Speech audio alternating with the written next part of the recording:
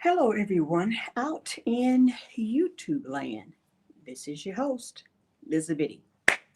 Welcome. So, we have a special guest who will be joining us tonight. As you know, it is nighttime here in Dubai. And so, our topic tonight is the race for Africa. As you know, we are continuing this series. So, I am actually wanting to say to you, if you have not subscribed to the YouTube channel, we are on our road to 1,000 subscribers. Please assist us by subscribing to the channel, okay? Also, while you're here, please like the video. I am actually waiting for the guest to show up, and we're going to get started once he arrives. I'm looking, there we go. So while we're here, just know that there will be a lot of content coming here very, very soon and all of that good stuff. It looks like, hello, Synovia, how are you? Can you hear me? Can you see me, Synovia?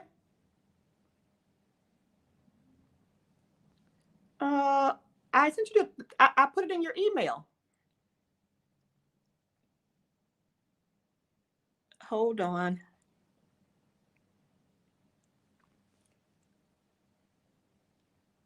Let me send it to you again. Copy. Let me send it to you again.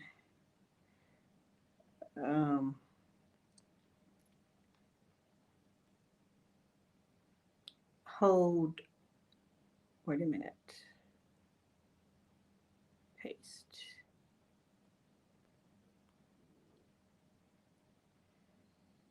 Okay, something's paste. Okay, yes, I'll resend it to you again. Hello, everyone. Just some minor technical difficulties. Give me 1 second. I don't know if it's going to go out.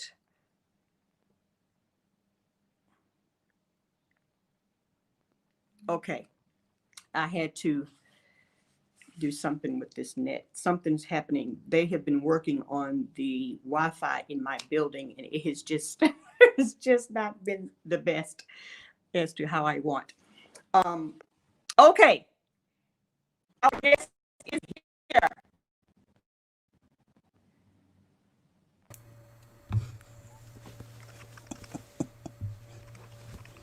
Hello. Hey, how are you? Ooh, you got static. Do I? Ooh.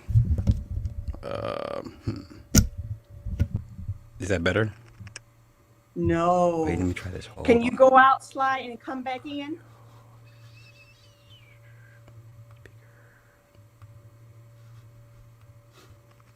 Did you hear me? Can you go out Yeah. and come back in? I'll type it in the. Okay. Hold on. And return. Okay. So Novia, can you hear me?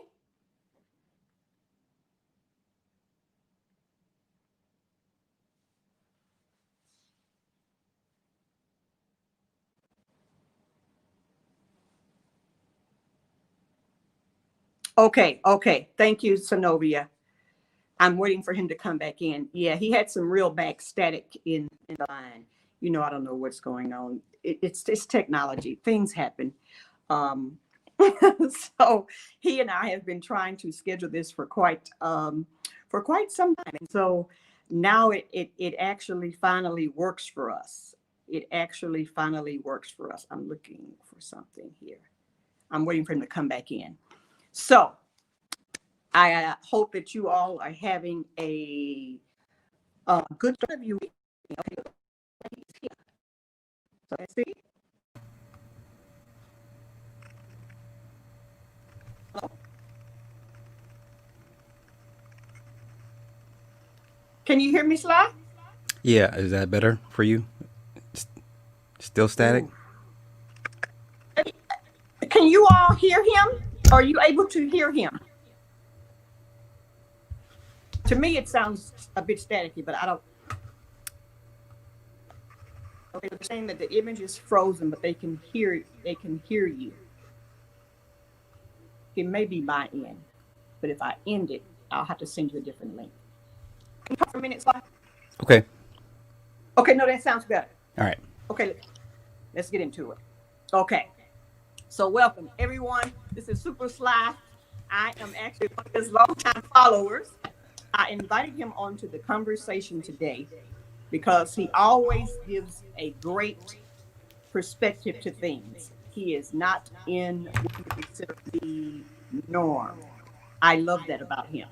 I love that he is not with the status quo because I am eclectic myself. So it brings balance to everything in sphere. So before we get started, Sly, you can introduce yourself and then I'll jump right into my questions. Oh, hey, Super Sly 75. My channel's a little bit different. It's a bit esoteric, a bit of the hidden hand. So kind of off the beaten path. So yeah. Okay, so our topic is the race. I have been doing a series of conversations with different gentlemen about this particular topic. You all bring a different perspective and leave emotional conversation when we're talking about things like this. As you know, about 3 weeks ago, We On News did almost an 8-minute segment on new players in the race for Africa. And some of the new players in that, of course, are Canada, Japan. Now, China has always been, but now they have really planted their feet there. What are your thoughts about that? And why do you think that we have different players, including Japan, on the race for Africa? Okay, so obviously Africa is going to be everybody's new home base for the most part. Everybody understands that, recognizes that, except us. Here's part of the problem with this topic is a very emotional topic, and a lot of responses I hear are emotionally based because let's be honest, we don't have military strategies for our interest in Africa. We're 20 to 30, 40, 50 years behind the eight ball, behind everybody else. You're not going to play catch up. You're not going to catch up to these guys. Even back in the 80s when AFRICOM showed up, it was like, what are we doing here? I think the whole race for Africa needs to be repurposed and repackaged. It's a marketing issue, part of it, because you get some people that get offended at the fact of having to help. We did that in the 80s, right? They browbeat us. They shamed us. There was USA for Africa. We did our part. And now 30, 40 years later, you still need our help. What's going on here? Go ahead. No. It's a very emotional issue, and it's kind of hard to separate fact from logic or emotions from what the situation really is. The situation is we are so far behind. We're competing against oligarchs and unions. We don't have anything close to that. That's true. However, as you know, the Black diaspora, especially in the United States, include Brazil. The largest population is in Brazil. Mm-hmm. But in terms of the skilled diaspora, okay, and that is including as well as college-educated diasporas. They're in the United States. That's almost 43 million Black folks. Now, granted, we're going to take 5%. 5%.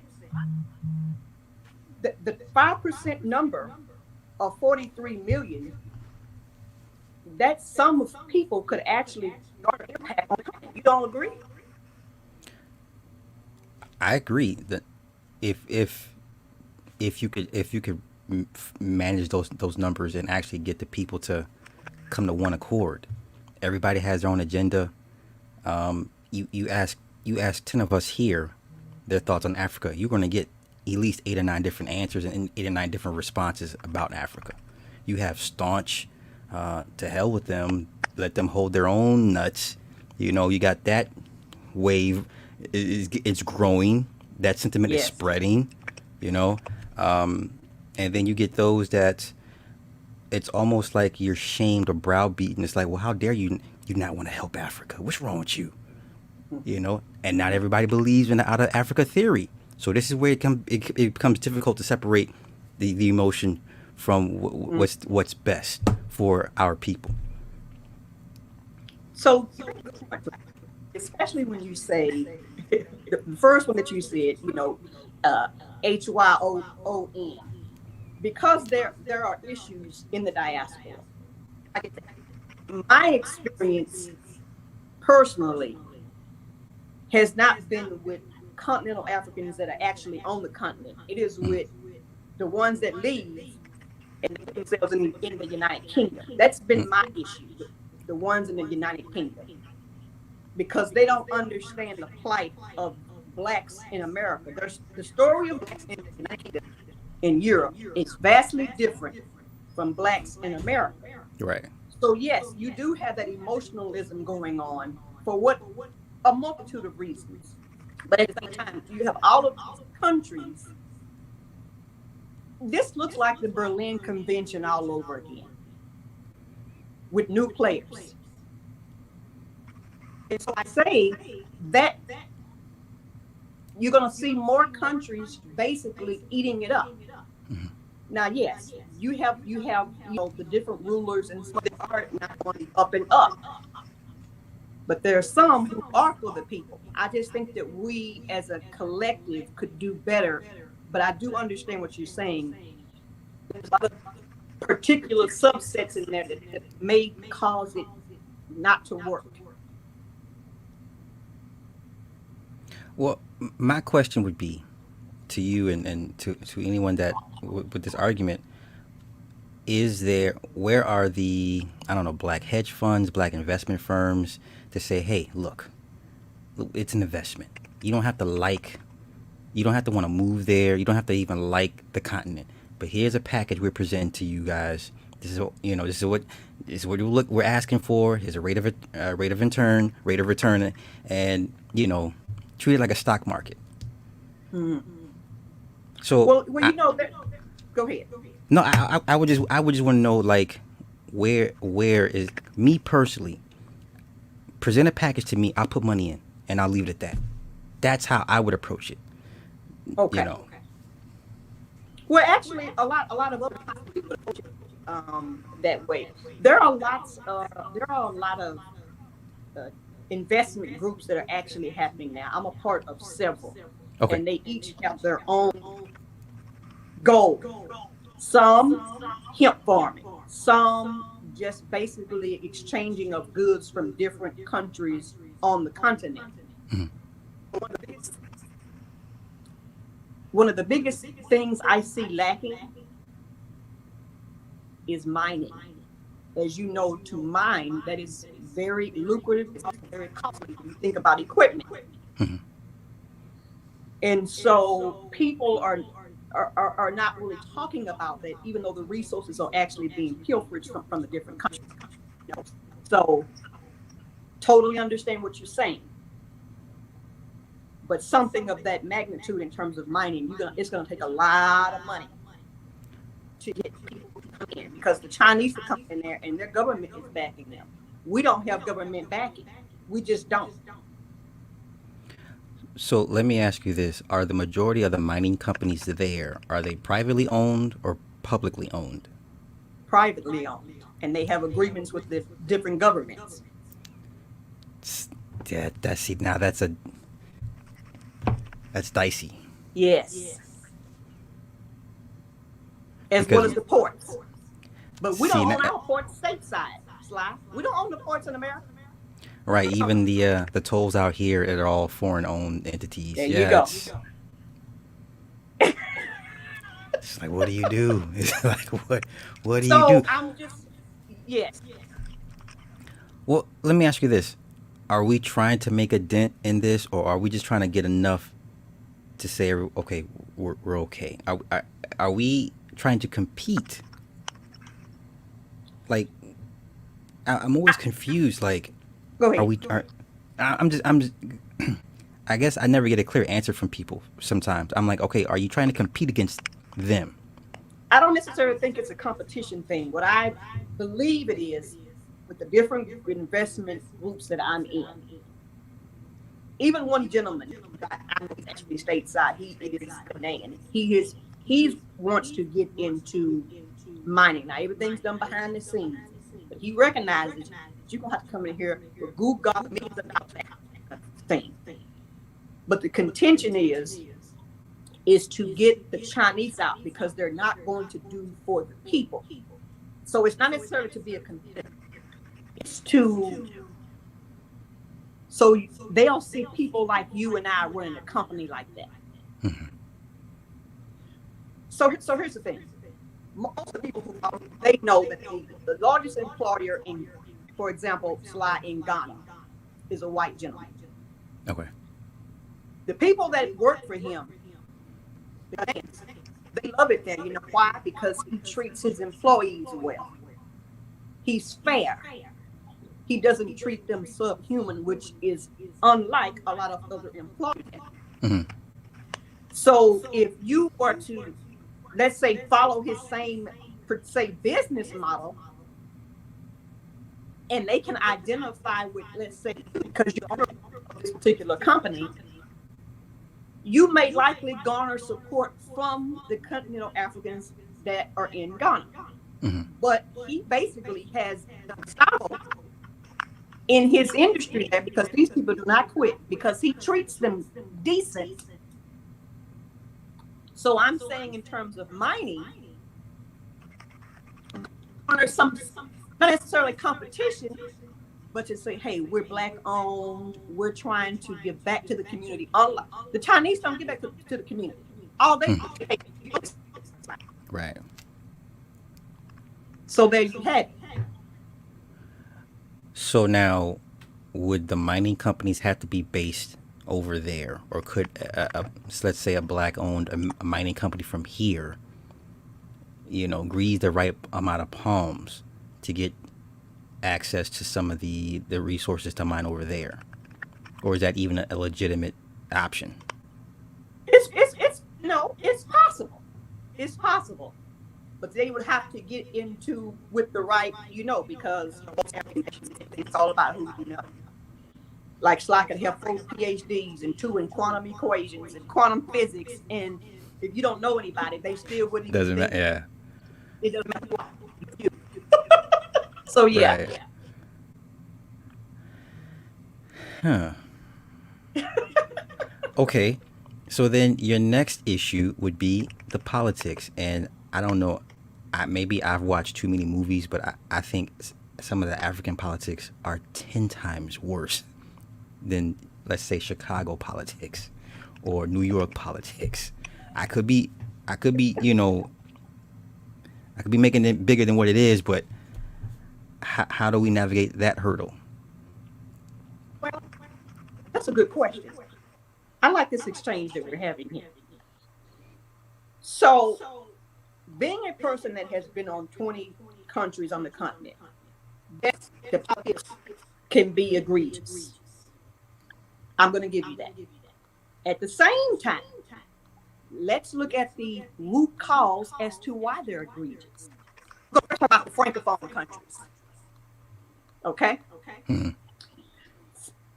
And we can just deal with France, and then everybody else, after we get through with France, the problem is that what France does is consistently play the Francophone countries against each other.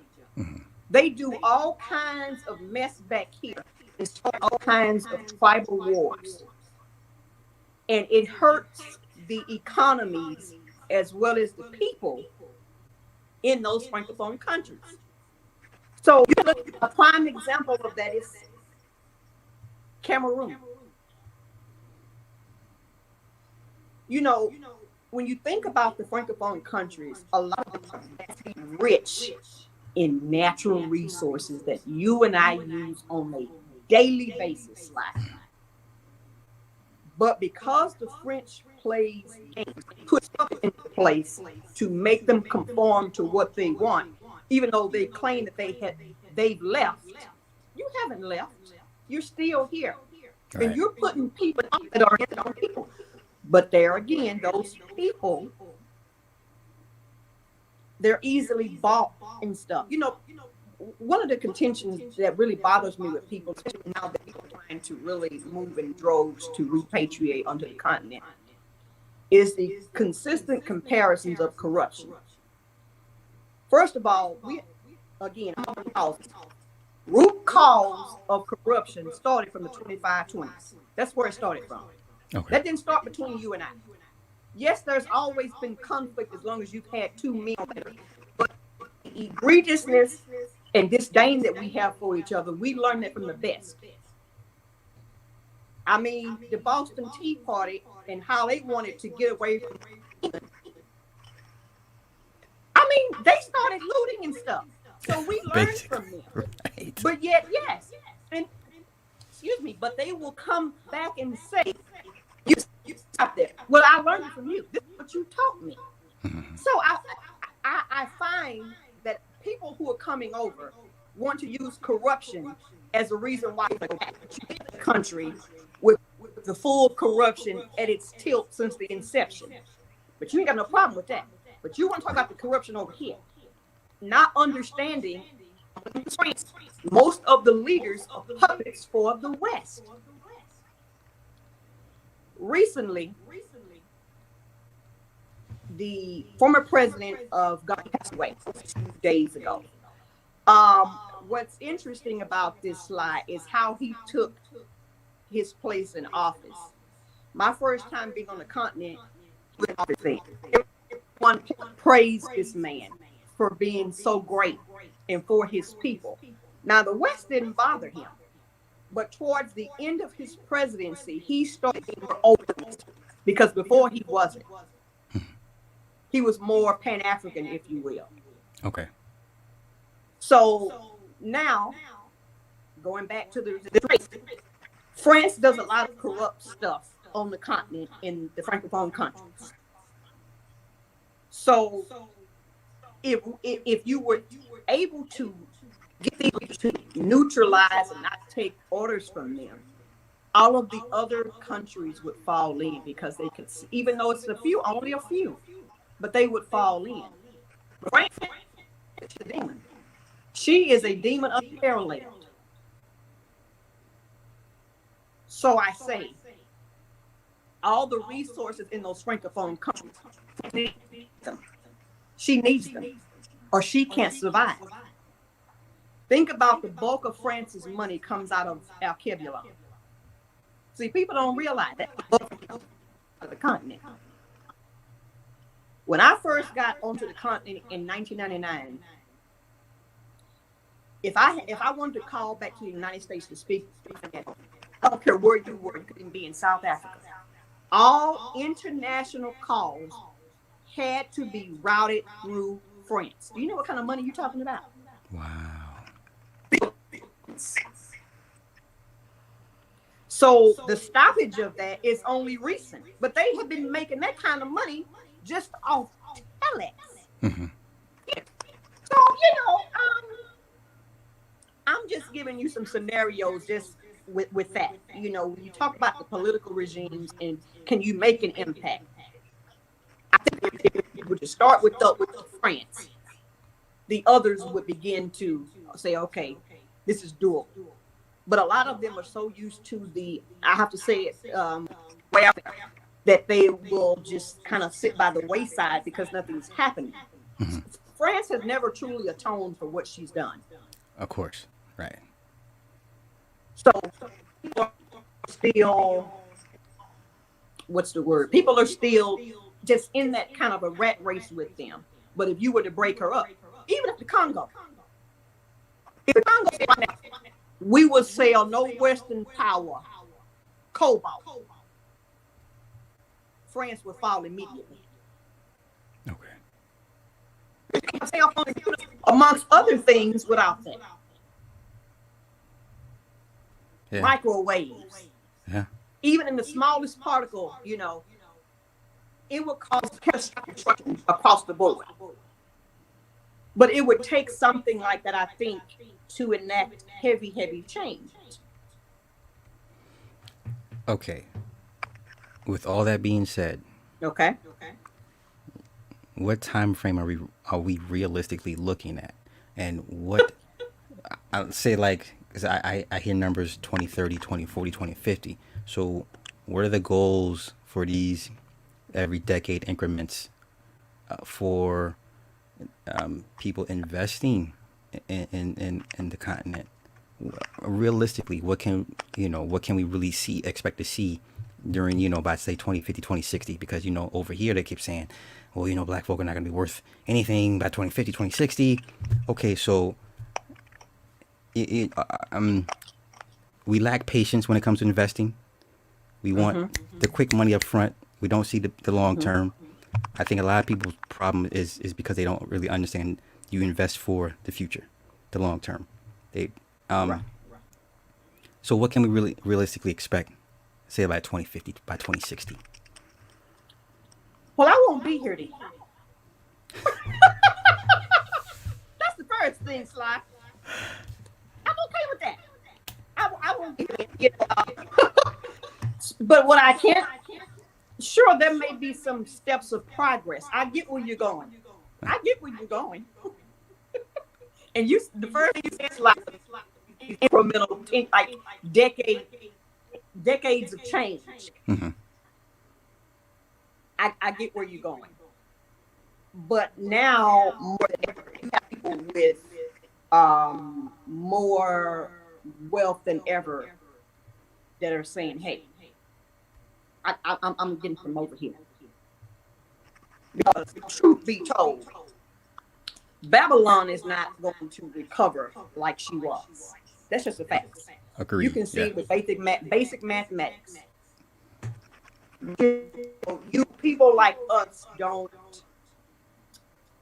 We're not blinded by the hope that, oh, yes, she is. Yes, she is. But there's some, and the bulk of the people are, they're disillusioned to think that it is going to get back to how it was, and it's not. Mm-hmm. So I think there's going to be some change, but let's say in terms of mining, again, that is heavy money. This is not $5 and $10 million projects. We're talking about 300 million if you want to do it right, because you got to have good equipment. Mm-hmm. You got to have a workforce, the knowledgeable workforce, people who are not afraid to go deep under the earth. Yeah. So this is not a quick fix. I'm going to put this comment on here, and this is coming from Honeycomb 368. Says, can the Francophone countries survive without French business connections? Of course they could. They have the Francophone countries are some of the richest. They could. Intra trade, trading with each other, Mm-hmm. which is what a lot of them lack. Hence why, think of this slide. A lot of us, blacks in the diaspora, are not on the continent doing basic business.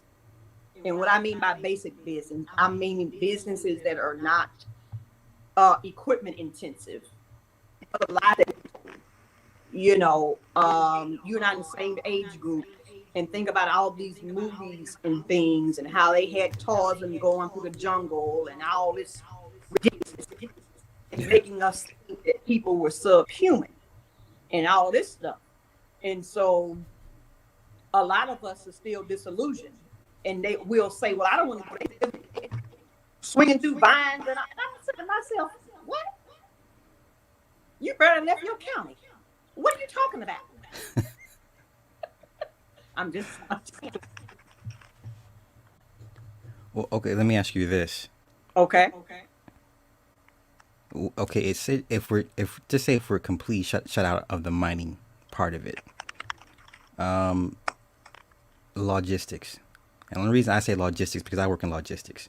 If you can't get it there, it's the product is useless.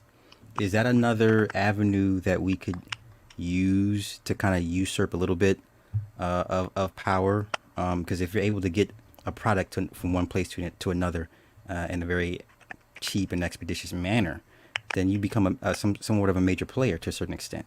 So what's the logistics angle, and who is the I guess the chief competitor or competitors in that sector? Well, you have a lot of logistic companies that move everything. However, you don't have any. Now, you may say, well, how do you know that? One of these investment groups I'm telling you about, a guy put up a ship that's about 35 years old. I think the ship was going for 1.6 million. Mm-hmm. But of course, repairs. Just because it's, those kind of ships, it is. But that thing probably is so old, it probably needs lots of repairs. But his point was, let's be collective and own one of these ships. Because you do have shipping companies, yes. And there's black-owned logistic companies that use these different ship lines, freight lines. Mm-hmm. But none that are wholly black-owned. So, but you can move stuff. So just to answer your question, you can move stuff. Okay. What is the percentage of private or publicly owned companies that are operating right now that we could possibly invest in? Because public companies, the shareholders have to pretty much have the final say. So is there a sentiment to where, hey, let's look at who we can pretty much pool our money, buy some stocks, and kind of chip in these people's ears, like, look, this is what we want because we're your shareholders to a certain extent. Is that another way we can kind of backdoor some of these companies? It's possible, but I don't know the number of publicly owned ones. Okay. That I could tell you. A huge percentage of the shipping companies are owned. Okay. You already know. You got the number one leaders in manufacturing, China. Yeah. The number one leaders in freight lining, logistics. You know this. I know it all too well, unfortunately. Yes. But good question, though. Well, okay, so how come, I guess, the elephant in the room is no one is saying why are they so welcoming China with almost, it seems like, open arms? We see what they're doing to the people in Jamaica with the coal mines there. So yes. Why does it not correlate? If they do Jamaicans like this, they'll damn sure do, the people over here like that. I don't understand. I guess there's a disconnect to some extent. Disconnect for you. Okay. Yeah. So that's a loaded question. Is One it? is that a lot of companies, and I'll tell you why. I'm going to put this question with FBA Nigel up, and you're getting ready to see why when you get this answer slide. Okay. Since China has become the manufacturing giant of the world, me personally thought that South Africa was going to come up with this 2020 pandemic we got going on. They didn't, because I thought all the countries would be angry with China and be going elsewhere. That seemed to have slowed down the process. I think it's because they have too much of a stronghold on manufacturing. However, there is gobs of plants in South America. So countries put money for infrastructure, which is not uncommon. As you know, the West did that. The United States to develop what she did. But what she also had in her favor, what nobody wants to talk about, is 4 to 5 years of free labor. And you know for yourself, materials are cheap. Yeah. That labor is what costs. Mm-hmm. So if you and I had access to 5 years of free labor, we could do. So a lot of those countries took these loans to get better infrastructure because they didn't have their own processing plants. BA Nigel is talking. And also they didn't have a workforce that was capable enough to, let's say, make rail lines, build suspension bridges, all of this. So the talent pool, because of the brain drain in some of these countries, they didn't have time. So they had to someone else. Again, not uncommon. The West has been doing it for years. But what has happened is that some of the African nations have taken loans that far exceeds their GDP. Right. You know, I had T West on here and we were having this conversation.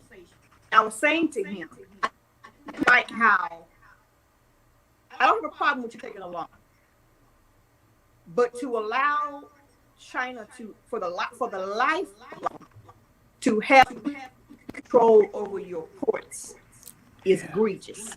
Yeah. See, we in the diaspora, we know how to deal with these people. We have easily been at the table. We'll take your money. If the loan is for 30 years, you only get 10 to hold these ports. After the 10, whether the loan is paid in full, you get out the ports. The ports bring money. You know this yourself. Ports bring money. The same with owning mineral rights on land. If they needed to get infrastructure to, let's say, get out cobalt, get out gold, the rights to that should not have been the expansive life of the loan. But these people didn't do that. So now you have them in a stronghold, like what's happening with Sri Lanka's in trouble with China.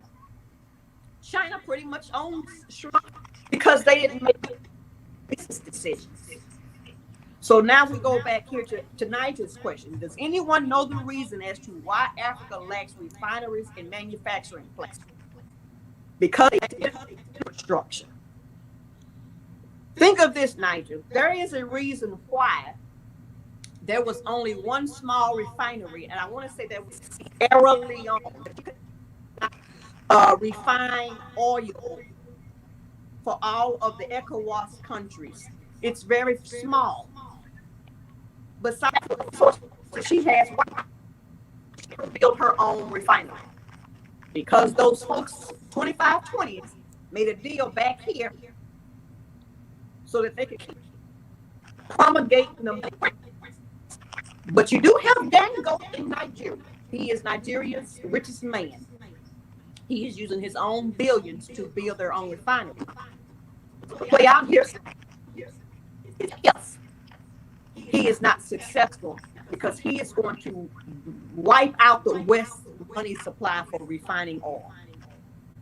Think of if he only controlled just the ECOWAS countries, all the countries on the west side of the continent for refining their oil. What are you talking about? He is going to stop the West's money. Okay. So if he's a captor,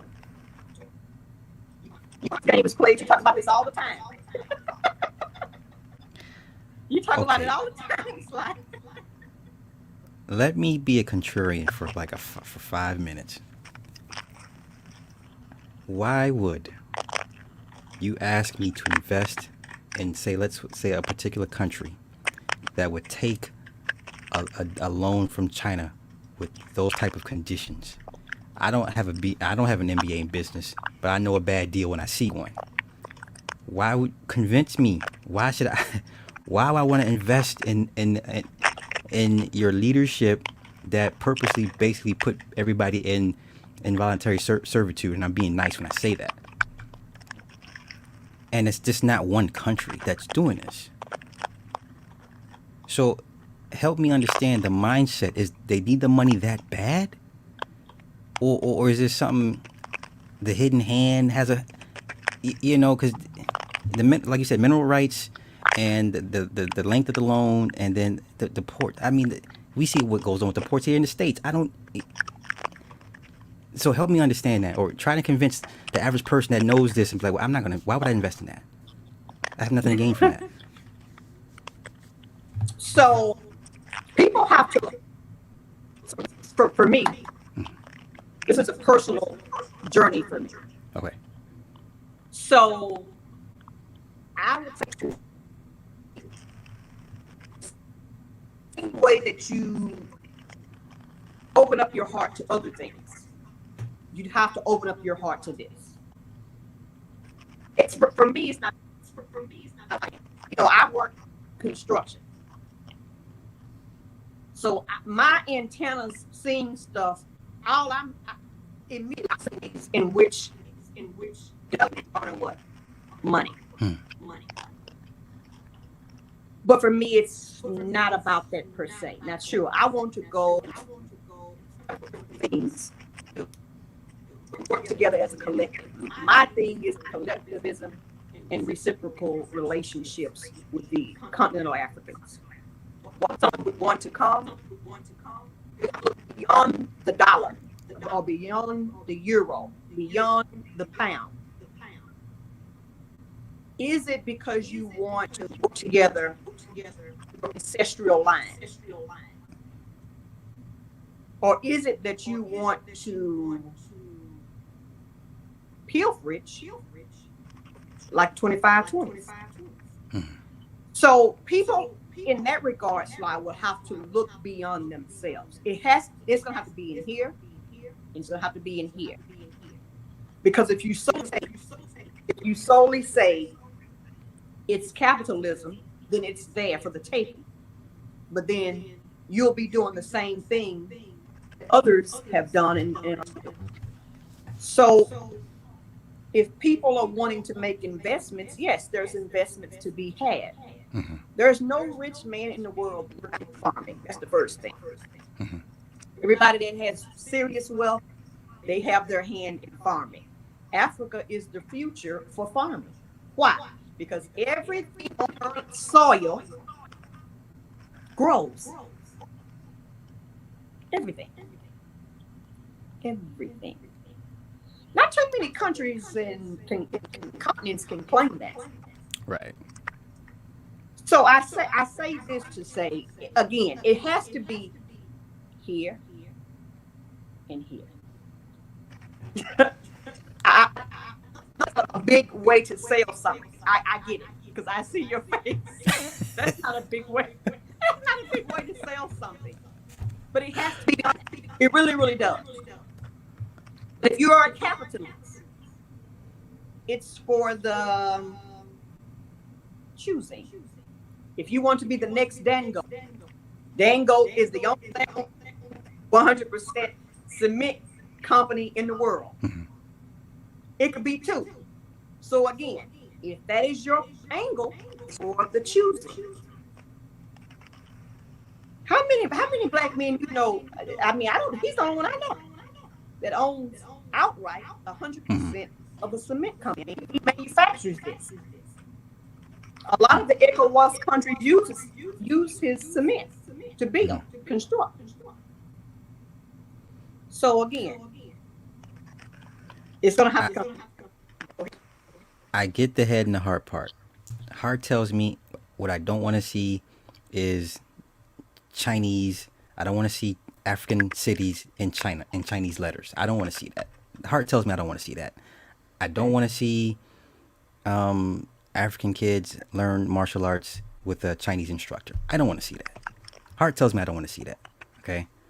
Head is like, but you agreed to take this deal. And then 30, 40 years from now, you're going to be complaining about the mistreatment from these people. You see what they did to their own country. Yes. It's, once again, it's an emotional argument, because nothing good will come from this, down the road. Because like you said, they're carving it up.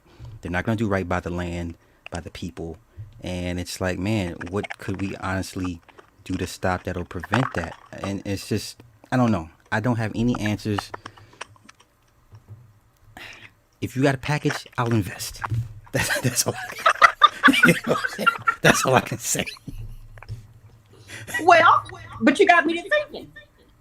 Even when you were talking about aspect, it's a lot of brothers in these groups, a lot of brothers. In all range of finance. Just even in the last month, if they have even thought about that, because nobody has brought it. I haven't seen it. So that's something to think about. Now, when you say, yes, because, towns on the continent, see, wherever China goes, they're going to make their mark. I don't care where they go. Yeah. They could be as hell. And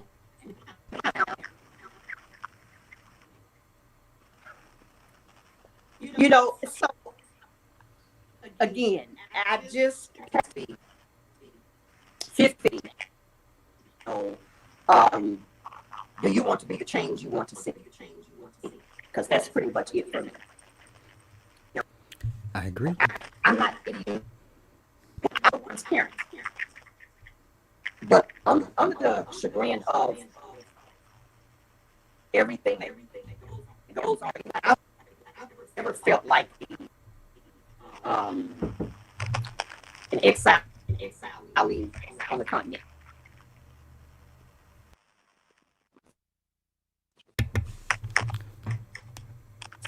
No, I'm with you. I'm with you. Okay, I think something's happened. Yeah, you froze up on my end. And I don't know why. 1 second. Let me try something. Let me try something.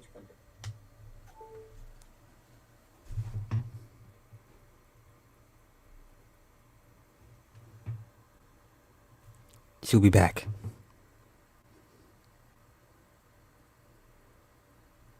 Hey. All right. I'm gonna take over for a little bit till Liza comes back. Yeah, for me, like I said, for me it's an emotional thought for like I said, I want to see the continent do well, but the direction it's going, it frightens me. So, but I'm not a complete pessimist. There's a sliver of hope.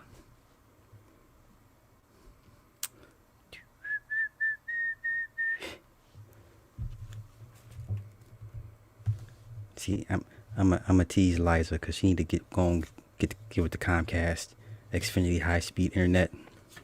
I don't know what service they got over there where she's at.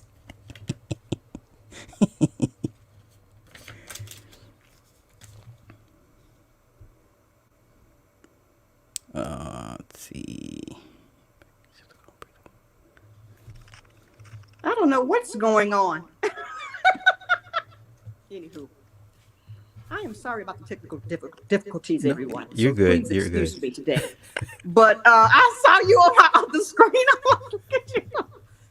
But I typically don't like to go more than an hour. But Cool. I want to say thank you first for joining me today. You bring up some good questions that I definitely think can be discussed